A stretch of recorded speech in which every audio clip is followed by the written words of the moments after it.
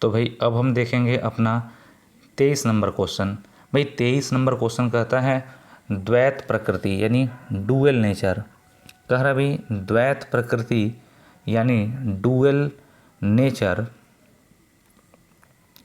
Dual nature ने न केवल प्रकाश में ही होती है, डुअल नेचर न केवल प्रकाश में ही होती है बल्कि द्रव्य कणों में भी होती है। इस सिद्धांत का प्रतिपादन, भाई याद करो डिब्रोगली साहब ने कहा कि डुअल नेचर केवल भाई प्रकाश में ही नहीं होता है, रेडिएशन में ही, प्रकाश में ही डुअल नेचर होता नहीं होता है, बल्कि कणों में भी डुअल नेचर होता है। कण कण जैसा और कण तरंग जैसा भी व्यवहार करता है। इस बात को भाई डिब्रोगली ने कहा था। तो यहाँ पे राइट ऑप्शन होगा डी। ओके, तो 23 का राइट ऑप्शन डी हो गया। भाई 24 नंबर क्वेश्चन देखिए। 24 नंबर क्वेश्चन भाई कहता है कि यदि m द्रव्यमान का कोई कण भी चाल से गतिमान हो तो उसका डिब्रोगली तरंगदैर्घ्य या उससे संबद्ध तरंगदैर्घ्य क्या होगा। हम पढ़े हुए कि भाई तरंगदैर्घ्य लैम्डा बराबर होता है h/m_v ना। अगर कोई कण m द्रव्यमान का हो और भी चाल से चले, अगर m द्रव्यमान का कण भी चाल से चले तो उसका डिब्रोगली तरंगदैर्घ्य लैम्डा बराबर होता है h/mv। तो भाई ये हो गया h/mv। The right option is C. बहुत अच्छा।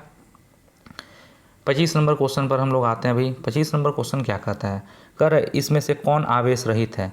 भाई अल्फा कण क्या होता है, हीलियम प्लस प्लस, तो ये तो आवेश रहित नहीं है क्योंकि इस पर प्लस प्लस आवेश है। बीटा कण मतलब इलेक्ट्रॉन, तेजी से चलता हुआ इलेक्ट्रॉन, ये भी आवेश रहित नहीं है। प्रोटोन पे भी प्लस आवेश होता है, तो ये भी आवेश रहित नहीं है, ये भी आवेश रहित नहीं है, ये भी नहीं है। फोटोन कण बाबू, फोटोन या फोटोन कण कहिए, फोटोन पर कोई आवेश नहीं होता है, फोटोन आवेश रहित होता है। क्या रहता है, फोटोन आवेश रहित होता है। तो यहाँ पे option number C is correct. Okay, तो 25 का ऑप्शन नंबर सी हो गया। भाई 26 नंबर क्वेश्चन को अगर देखो तो 26 नंबर क्वेश्चन कहता है प्रकाश विद्युत प्रभाव की खोज किसने की थी। बाबू फोटो इलेक्ट्रिक इफेक्ट की खोज हर्ट्ज ने की थी। हर्ट्ज ने ही सबसे पहले देखा था फोटो इलेक्ट्रिक इफेक्ट की घटना को, तो हर्ट्ज ने ही फोटो इलेक्ट्रिक इफेक्ट की खोज की थी।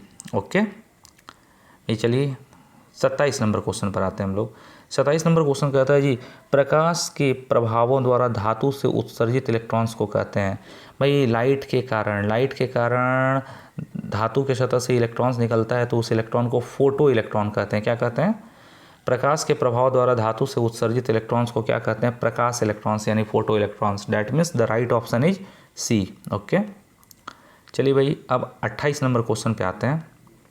28 नंबर क्वेश्चन कह रहा है धात्विक पृष्ठ से यानी धातु के पृष्ठ से इलेक्ट्रॉन्स तब निकलते हैं, तब उत्सर्जित होते हैं जबकि पृष्ठ पर आपतित प्रकाश की आवृत्ति भाई देहली आवृत्ति से अधिक होनी चाहिए। मालूम है ना भाई, अगर धातु के सतह पर देहली आवृत्ति का लाइट पड़ेगा तो इलेक्ट्रॉन्स आकर्षण सीमा को पार करके क्या हो जाएंगे, रुक जाएंगे, यहाँ पे बस रुक जाएंगे। लेकिन अगर इसको निकालना है, अगर बाहर चलें तो देहली से अधिक आवृत्ति का लाइट पड़ना चाहिए।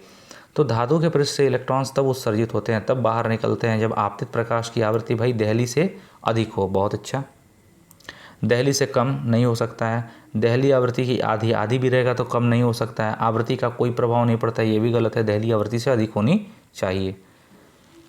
अब भाई अगर 29 नंबर क्वेश्चन की बात करें तो 29 नंबर क्वेश्चन कह रहा है कि फोटो इलेक्ट्रिक इफेक्ट की घटना में आपतित प्रकाश की तीव्रता बढ़ाने पर फोटो इलेक्ट्रॉन्स की अधिकतम गतिज ऊर्जा, भाई हम पढ़े हुए किए हैं आपतित प्रकाश की तीव्रता बढ़ाएंगे। देखो धातु का सतह है, ये धातु है, धातु के सतह पर आपतित प्रकाश की तीव्रता बढ़ेगी, प्रकाश की तीव्रता यानी नंबर ऑफ फोटोन्स पर सेकंड बढ़ जाएंगे। अगर प्रकाश की इंटेंसिटी बढ़ाओगे धातु के सतह पर, इस धातु के सतह पर भाई प्रकाश की तीव्रता बढ़ाओगे, इंटेंसिटी बढ़ाओगे तो प्रति सेकंड ज़्यादा फोटोन्स गिरेंगे, धातु के सतह पर ज़्यादा फोटोन्स आएंगे तो ज़्यादा इलेक्ट्रॉन्स निकलेंगे। इलेक्ट्रॉन की गतिज ऊर्जा थोड़ी बदलेगी। तो इलेक्ट्रॉन की अधिकतम गतिज ऊर्जा बढ़ती है, गलत है, नहीं बढ़ती है, नहीं घटती है, अपरिवर्तित रहती है। The right option is C ना जी। याद रखना फोटो इलेक्ट्रिक इफेक्ट की घटना में आपतित प्रकाश की तीव्रता बढ़ाने से बस प्रति सेकंड फोटोन्स की संख्या बढ़ेगी, प्रति सेकंड ज़्यादा प्रकाश आकर के गिरेंगे धातु के सतह पर, तो ज़्यादा प्रकाश आकर के धातु के सतह पर गिरेंगे तो ज़्यादा इलेक्ट्रॉन्स निकलेंगे। तो अधिकतम गतिज ऊर्जा थोड़े बदलेगी, तो अधिकतम गतिज ऊर्जा क्या होती है, अपरिवर्तित रहती है। भाई 29 नंबर भी हो गया। 30 नंबर पर देखो भाई, 30 नंबर क्वेश्चन है जी फोटो इलेक्ट्रिक इफेक्ट की घटना में यानी प्रकाश वैद्युत उत्सर्जन की घटना में आपतित प्रकाश की तीव्रता बढ़ाने पर प्रकाश वैद्युत धारा, भाई प्रकाश वैद्युत धारा बढ़ती है फिर नियत हो जाती है। बाबू एक ग्राफ होता है ये, ठीक है, ये ग्राफ ऐसे होता है, ये ग्राफ आपको ऐसे होता है, ये ग्राफ स्ट्रेट लाइन होता है और फिर जा कर के ऐसे हो जाता है, ऐसे ग्राफ हो जाता है। तो ये ग्राफ यही बताता है कि फोटो इलेक्ट्रिक इफेक्ट की घटना में आपतित प्रकाश की तीव्रता, आपतित प्रकाश की इंटेंसिटी अगर बढ़ाएंगे, भाई अगर धातु के सतह पर नहीं समझ में आता है तो इस तरह देखो, अगर धातु के सतह पर बाबू प्रकाश की इंटेंसिटी कम रहेगी तो प्रति सेकंड कम इलेक्ट्रॉन्स निकलेंगे ना जी, ये तो क्लियर है, इलेक्ट्रॉन्स प्रति सेकंड कम निकलेंगे। लेकिन अगर प्रकाश की इंटेंसिटी बढ़ाएंगे तो प्रति सेकंड ज़्यादा फोटोन्स आएंगे, ज़्यादा फोटोन्स आएंगे तो ज़्यादा इलेक्ट्रॉन्स निकलेंगे, ज़्यादा निकलेंगे। तो भाई प्रकाश विद्युत उत्सर्जन की घटना में आपतित प्रकाश की तीव्रता बढ़ाने पर प्रकाश वैद्युत धारा भाई पहले बढ़ती है और फिर नियत हो जाती है। राइट ऑप्शन इज डी, क्योंकि ग्राफ में पहले ये बढ़ रहा है और फिर जा कर के नियत हो जा रहा है ना जी।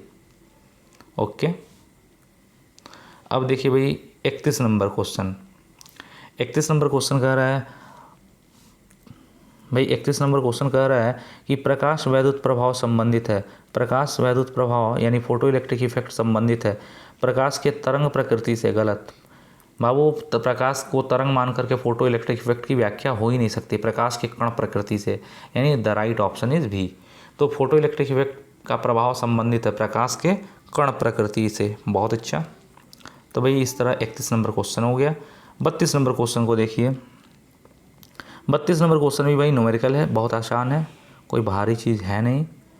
भाई 32 नंबर क्वेश्चन कह रहा है किसी कैथोड पृष्ठ का कार्यफलन, यानी कोई धातु का सतह है, कैथोड पृष्ठ मतलब धातु का सतह समझ सकते हो, जो ऋणावेशित है ना जी, धातु है तो धातु के अंदर बहुत सारे फ्री इलेक्ट्रॉन होंगे। किसी कैथोड पृष्ठ का कार्यफलन 3.3 इलेक्ट्रॉन वोल्ट है। भाई इसका कार्यफलन यानी इलेक्ट्रॉन को यहाँ से यहाँ तक निकलने में लगी हुई ऊर्जा 3.3 इलेक्ट्रॉन वोल्ट।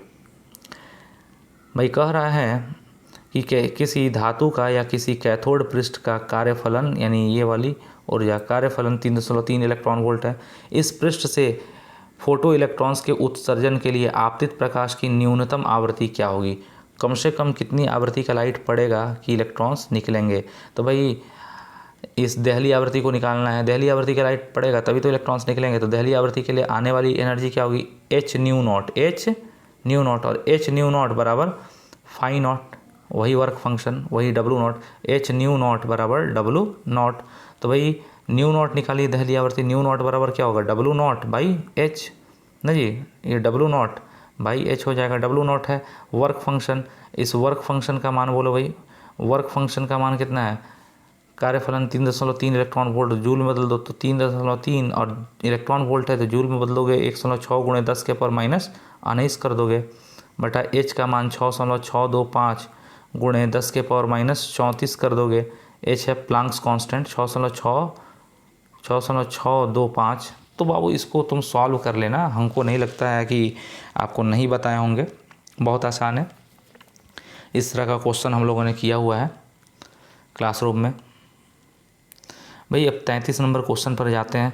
33 नंबर क्वेश्चन कह रहा है जी कि भाई 33 नंबर क्वेश्चन आपको कहता है कि एक धातु के सतह पर, भाई एक धातु के सतह पर 4500 एंगस्ट्रॉम तरंगदैर्घ्य का प्रकाश डालने पर इलेक्ट्रॉन्स निकलते हैं। इन इलेक्ट्रॉन्स की गति ऊर्जा बढ़ाने के लिए, भाई इलेक्ट्रॉन्स की गति ऊर्जा बढ़ाने के लिए तरंगदैर्घ्य घटा दो। क्यों, तरंगदैर्घ्य अगर धातु के सतह पर कम तरंगदैर्घ्य का लाइट डालोगे, तरंगदैर्घ्य जितना ही कम कर दोगे तो ज़्यादा एनर्जी आएगी, ज़्यादा एनर्जी आएगी तो इलेक्ट्रॉन ज़्यादा गतिज ऊर्जा से निकलेंगे। तो भाई विकिरण की तीव्रता बढ़ानी चाहिए, गलत है। विकिरण का तरंगदैर्घ्य बढ़ाना चाहिए, ये भी गलत है। विकिरण का तरंगदैर्घ्य घटाना चाहिए, हाँ जी, जो रेडिएशन गिर रहा है, जो फोटोन गिर रहा है उसका तरंगदैर्घ्य घटा दोगे तो इलेक्ट्रॉन ज़्यादा गतिज ऊर्जा से निकलेंगे। The right option is C. Okay, तो भाई अब 34 नंबर क्वेश्चन की ओर जाते हैं। भाई 34 नंबर क्वेश्चन क्या है, कह रहा है यदि प्रकाश विद्युत प्रभाव में आपतित प्रकाश की आवृत्ति दोगुनी कर दें तो निरोधी विभव हो जाएगा। भाई निरोधी विभव क्या होता है, याद करो भाई, निरोधी विभव में जब समझाए हुए थे तो यहाँ पे एक निगेटिव प्लेट था भाई, और इधर वाला पॉजिटिव प्लेट था जिसको हम पॉजिटिव या निगेटिव कुछ भी कर सकते थे। तो निरोधी विभव के लिए भाई इसको निगेटिव करते थे और इसको कम से कम इतना निगेटिव पोटेंशियल दे दिया जाता था कि इसके सतह से जो इलेक्ट्रॉन्स, इस कैथोड के सतह से जो इलेक्ट्रॉन्स निकलते थे वो भी यहाँ पे नहीं पहुँच पाते थे। ये इलेक्ट्रॉन जाते थे और एकदम यहाँ से रिटर्न बैक आ जाते थे।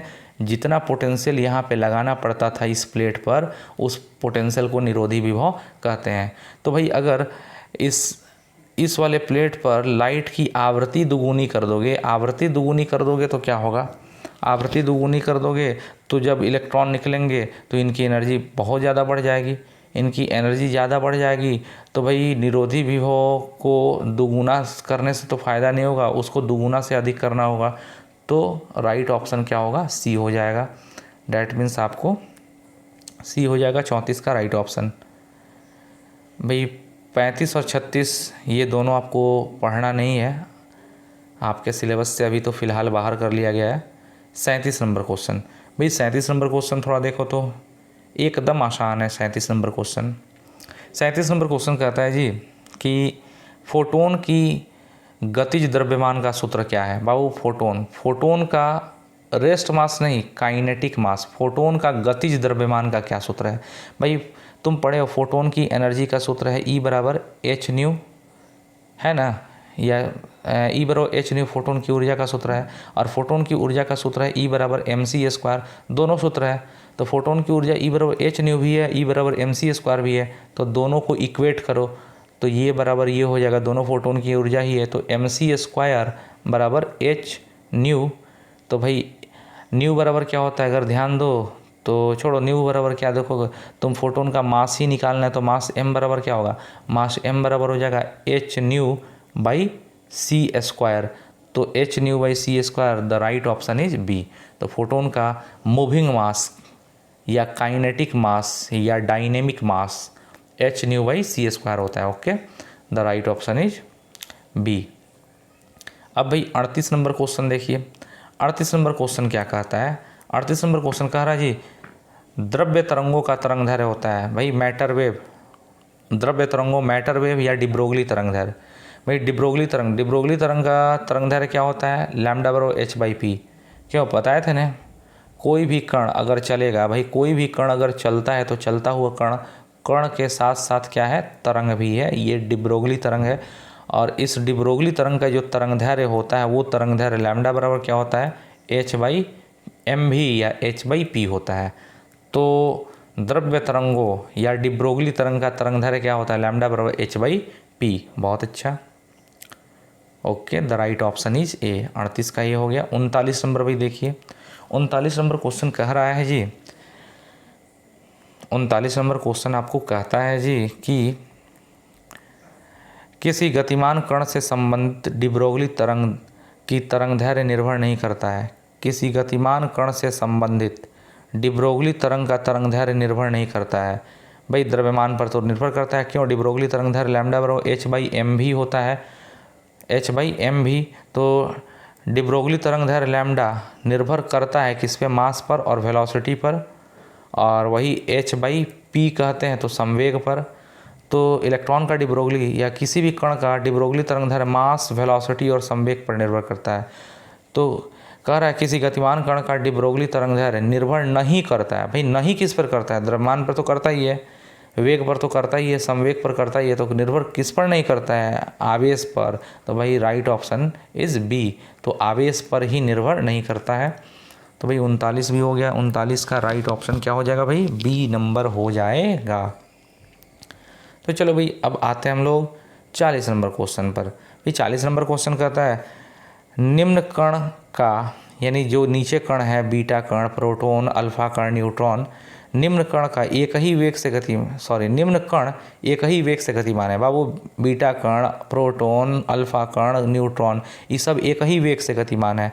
बीटा कण मतलब तीव्रगामी इलेक्ट्रॉन, प्रोटॉन, बीटा कण, फिर प्रोटॉन, फिर अल्फा कण यानी हीलियम प्लस प्लस, अल्फा कण, और फिर न्यूट्रॉन ये सब न्यूट्रॉन मतलब n0 ये सब एक ही वेग से गतिमान है। भी कह रहा है निम्न कण एक ही वेग से गतिमान है। इलेक्ट्रॉन भी, प्रोटॉन भी, अल्फा कण यानी हीलियम प्लस न्यूट्रॉन n0 भी सब समान वेग भी से गतिमान हैं।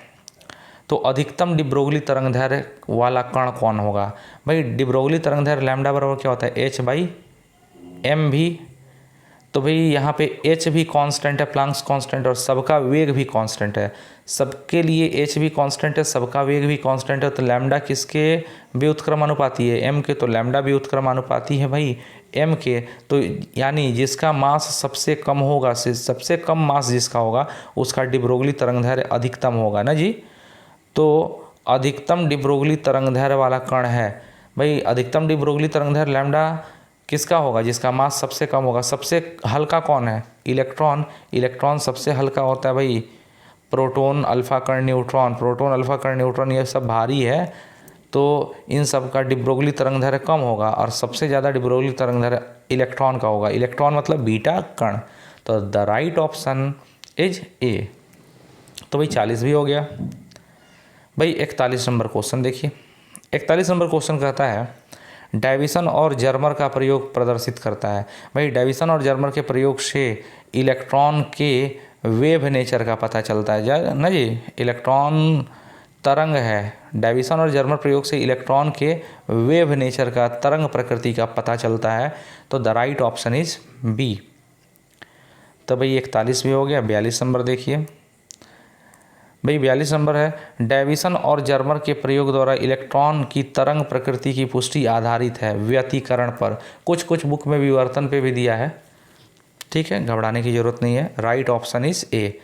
क्यों? इलेक्ट्रॉन का रचनात्मक व्यतिकरण होता है, इसीलिए क्या होता है याद करो, जब डेविसन जर्मर प्रयोग पढ़ाए थे तो इलेक्ट्रॉन का एक दूसरे से रचनात्मक व्यतिकरण होता है। तो 54 वोल्ट पर क्या होता है, इलेक्ट्रॉन के प्रकरण की इंटेंसिटी सबसे ज़्यादा हो जाती है 54 वोल्ट पर ना जी।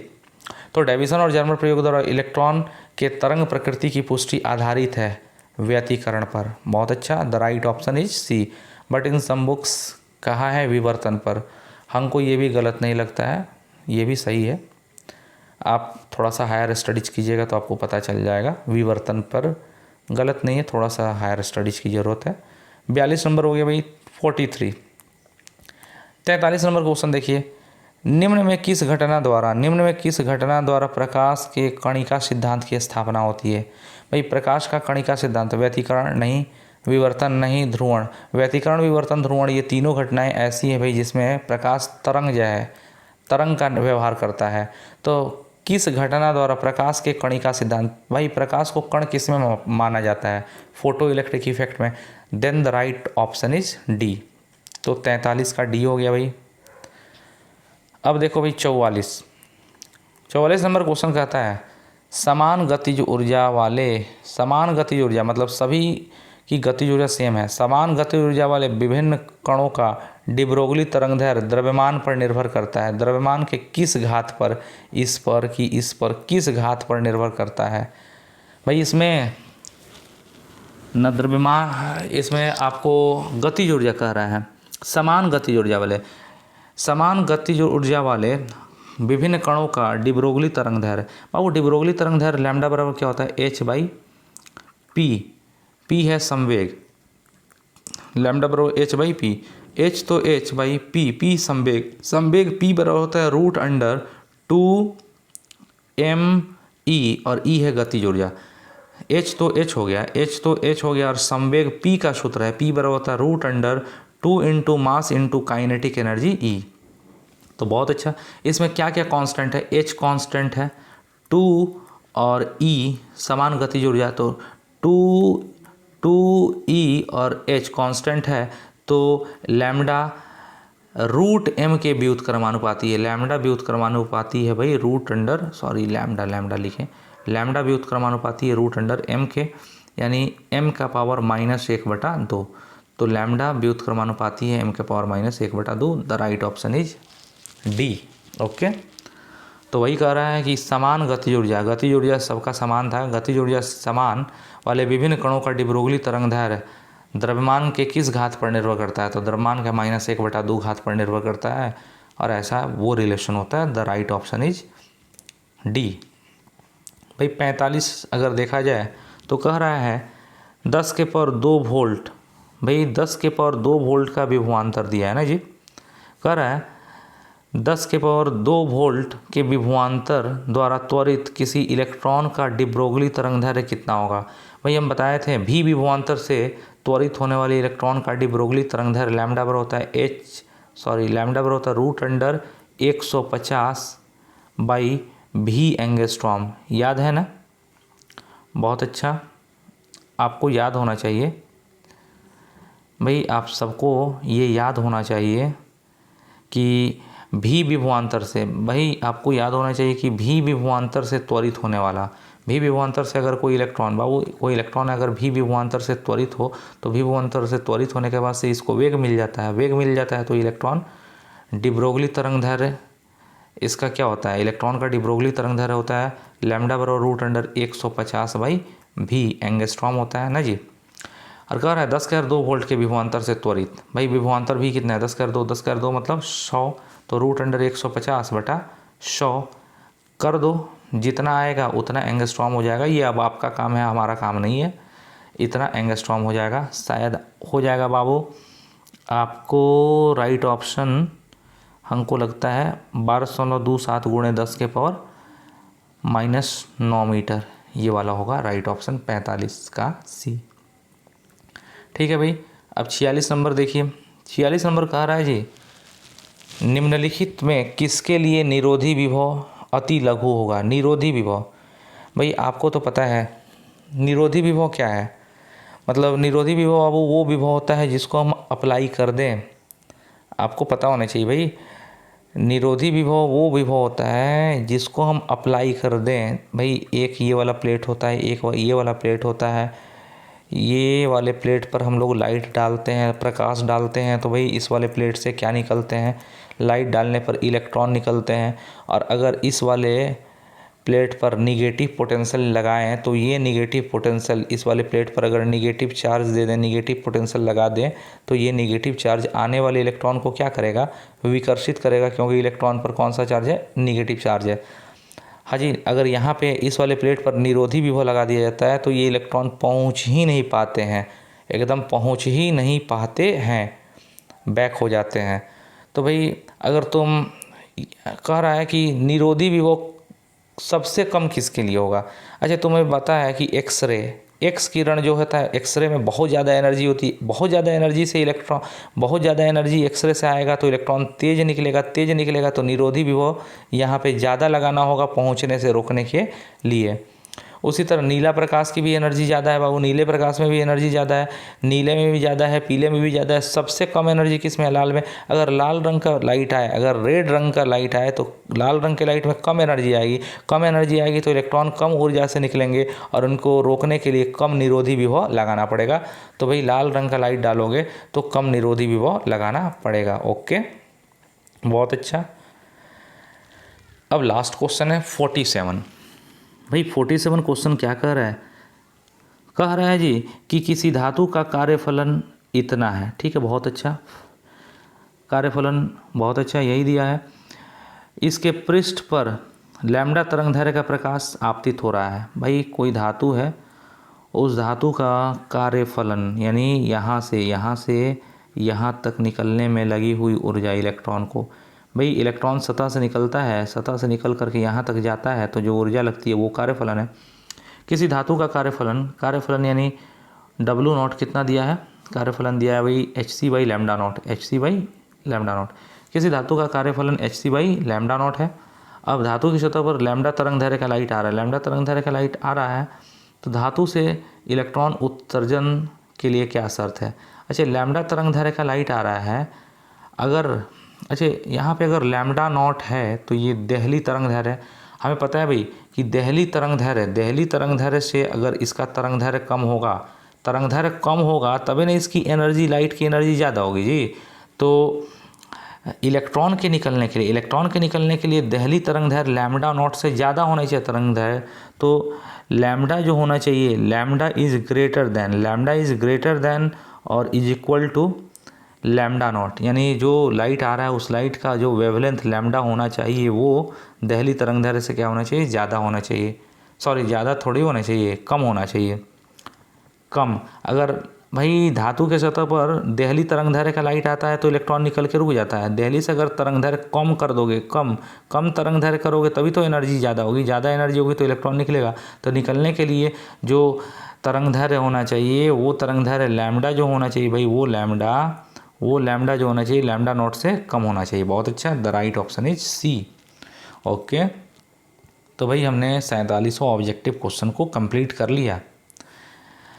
भाई आपसे यही कहेंगे कि आप लोग भी इन सभी क्वेश्चंस को एक बार रिवाइज़ करें। अगर दिक्कत होता है तो क्लासरूम में आकर के आप पूछ भी सकते हैं। ठीक है, ओके, थैंक यू।